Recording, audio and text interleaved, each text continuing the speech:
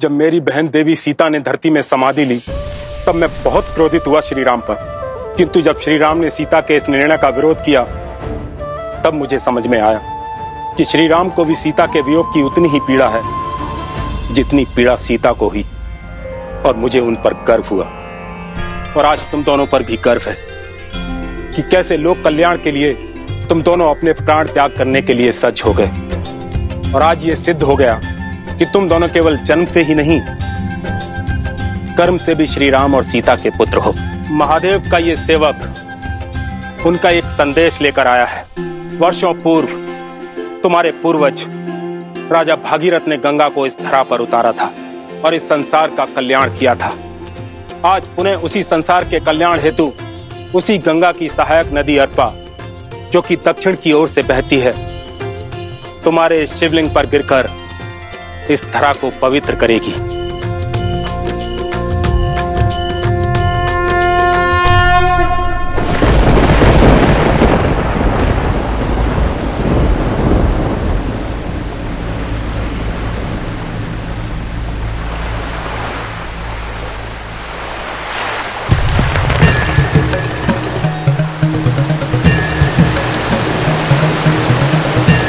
धन्य हो महादेव।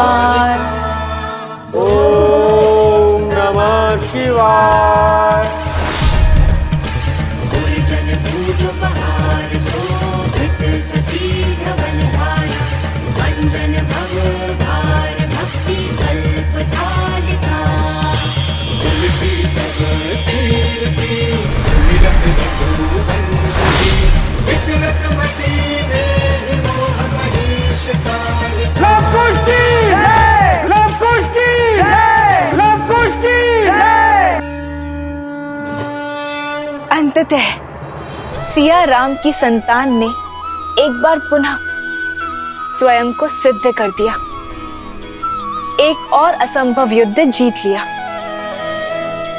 परंतु महादेव, पहले पिता से पृथक होने का दुख, फिर अपनी माता को खोने का दंश, और अब जगत कल्याण के पथ पर आए अनगिनत कष्ट। क्या लवकुश की इतनी परीक्षाएं उचित हैं? क्या उनसे सुख और शांति से जीवन जीने का अधिकार छीनना न्याय संगत है?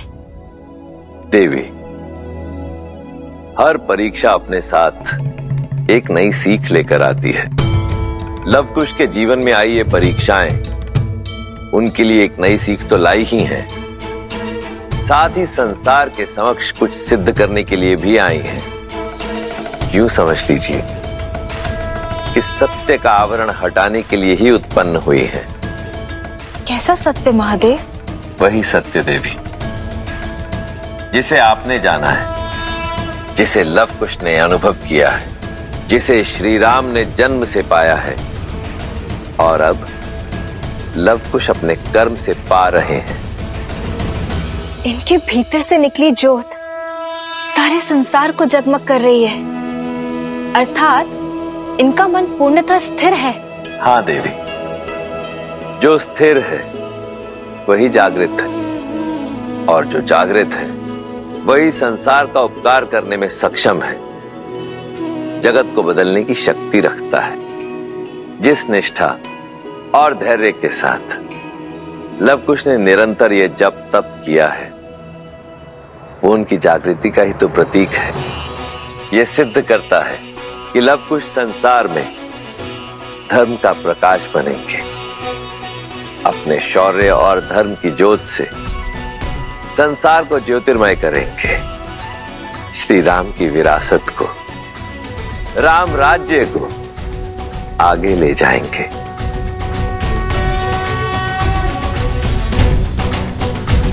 जन जन का मन हर्षाया है।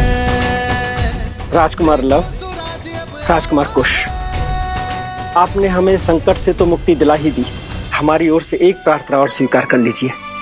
हमारे राज्य को कौशल की शरण में ले लीजिए और उसकी बागडोर संभाल लीजिए। जो भी राज्य श्री राम की शरण में आएगा उसे तो हमें स्वीकार करना ही होगा, किंतु इस राज्य की बागडोर लव नहीं, केवल कुश संभालेगा।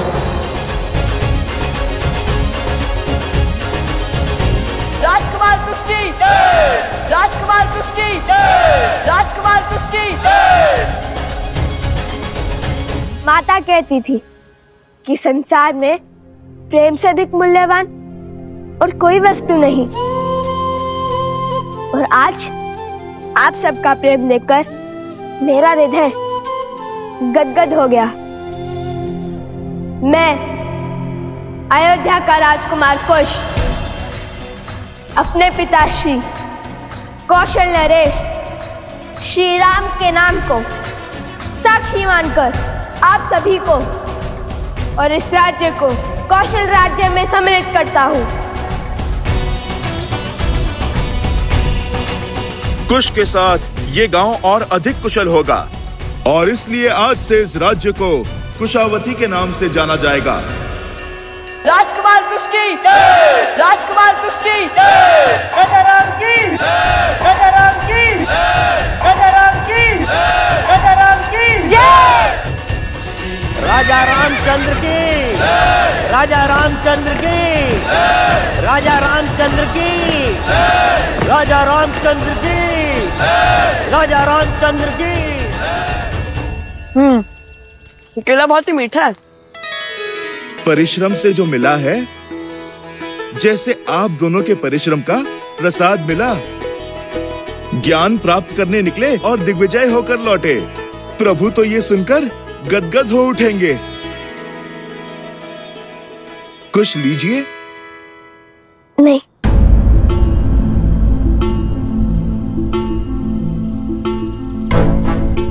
क्या हुआ हनुमान जी, रुक क्यों गए? तुम और भोजन के लिए मना करो, तनिक असंभव प्रतीत होता है। बात भूख की नहीं है, वो मामा श्री वासुकी से मिलकर माता का स्मरण हुआ है बस।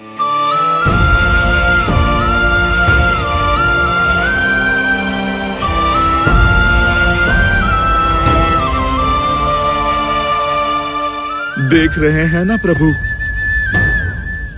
जो पीड़ा आप सह रहे हैं,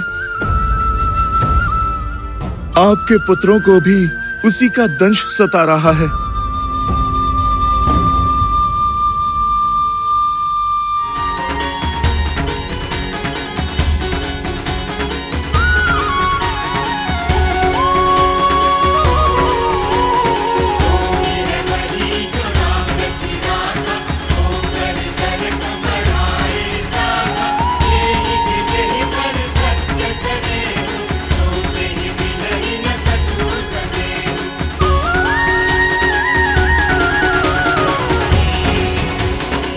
सूर्य वंश है ये।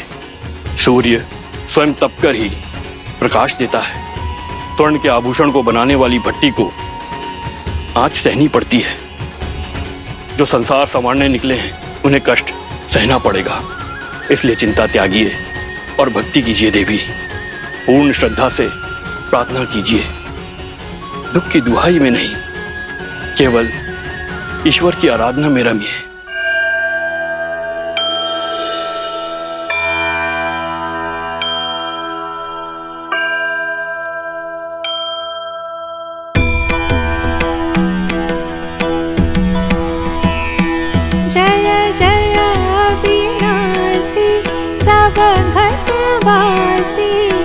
व्यापक परमानंदा अविगत गौतीतम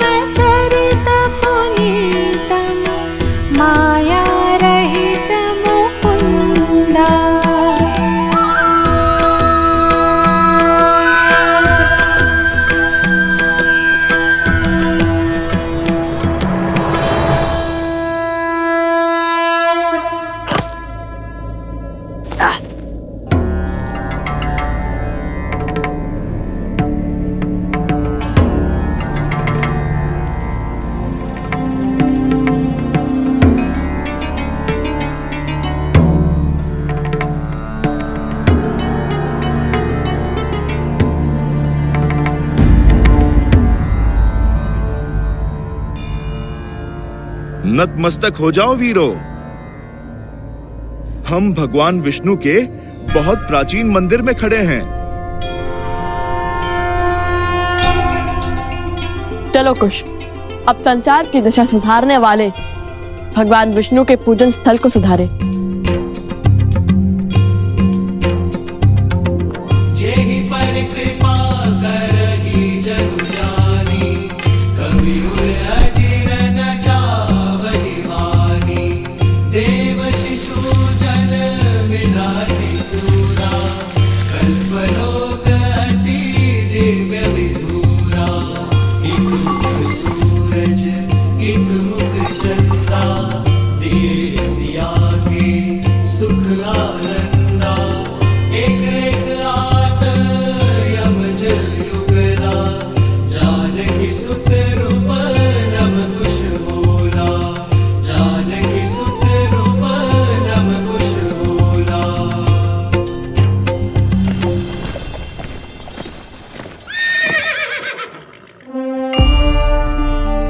पिताश्री, पिताश्री,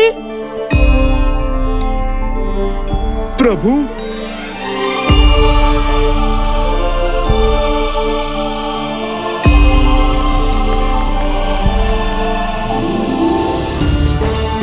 पिताश्री, पिताश्री,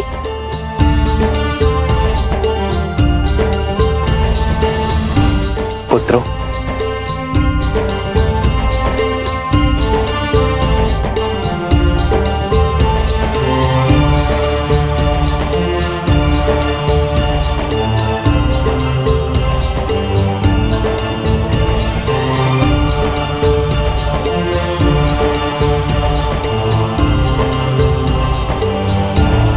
चाचा श्री,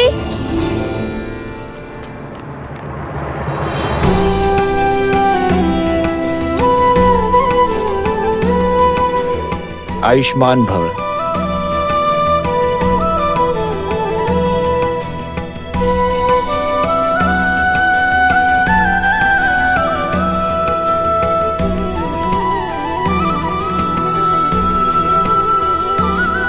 प्रभु, वो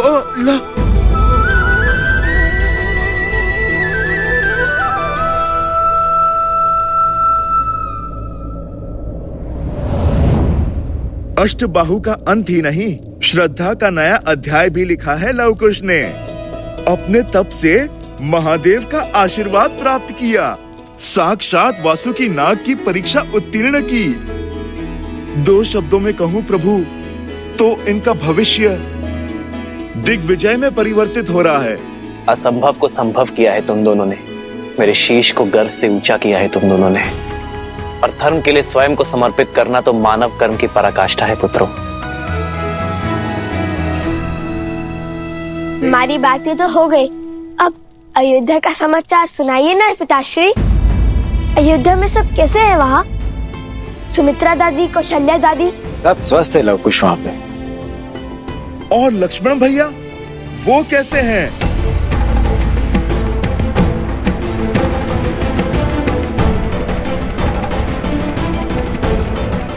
अयोध्या सकुशल है हनुमान, चिंता की कोई बात नहीं है। और रहा मेरे लक्ष्मण का प्रश्न, तो वो अपने इस भ्राता अपने राम की प्रतीक्षा में है। आपको उन्हें कहना होगा कि वो मुझे मृत्यु का ये दंड भोगने की आज्ञा दे दे। जाइए हनुमान जी, और शुभ समाचार लेकर ही लौटिएगा। अयोध्या की लाज अब आप ही के हाथ में है। भैया, इतने समय के पश्चात लवकुश से भेंट हुई, आज रात्रि हम यहीं रुक जाएं? अवश्य भरत।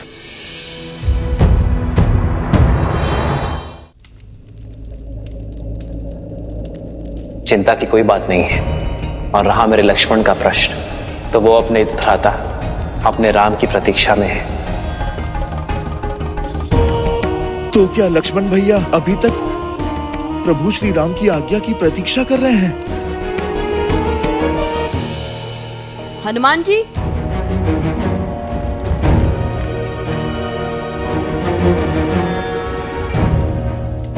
क्या बात है? आपकी आंखों में दुख और मुख पे चिंता? अपनी पीड़ा अग्निदेव से नहीं, हमसे कहिए क्या हुआ? चिंता नहीं, चिंतन कर रहा हूँ।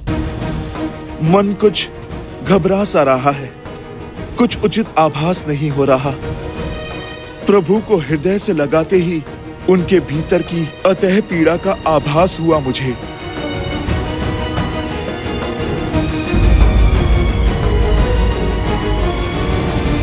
पीड़ा?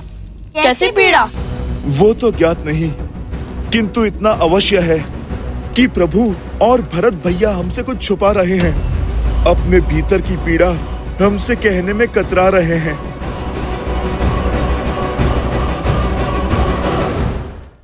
ये समय उचित नहीं है भरत। लवकुश और हनुमान को अभी लक्ष्मण का सत्य ज्ञात नहीं होना चाहिए। आपकी चिंता समझ सकता हूं भैया मैं। यदि उन्हें सत्य का ज्ञात हुआ तो धर्म के जिस पद पे वे अग्रसर हैं, इससे कहीं पीछे ना हट जाएं। अपने संताप में वे कहीं धर्म की हानि ना कर बैठे। लवकुश से अधिक चिंता मुझे हनुमान की है। मेरे जीवन की तो केवल एक ही प्रतिज्ञा है, अपने प्रभु की सेवा और प्रभु श्री राम की रक्षा। और मुझे इस जीवन में जब जब किसी भी अनिष्ट का आपके प्रति आभास होगा, मैं तब तब प्रभु उस आभास का निवारण करूंगा।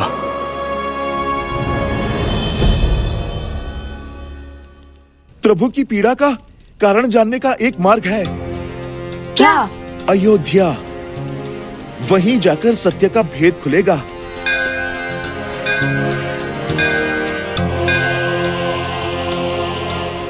मैं यूं गया और यूं आया। एक बार अपनी आंखों से अयोध्या और लक्ष्मण भैया को देख लूंगा तो मुझे संतुष्टि मिल जाएगी। उचित है, जैसी आपकी इच्छा। लक्ष्मण काका श्री को हमारा प्रणाम कहिएगा। और इतना तो हम भी जान गए, जब तक श्री राम भक्त हनुमान को संतुष्टि नहीं मिलेगी तब तक न उनका पग रुकेगा और न चिंता। शीघ्र लौटिएगा हनुमान जी।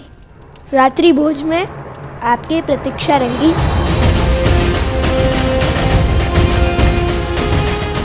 जय श्री राम।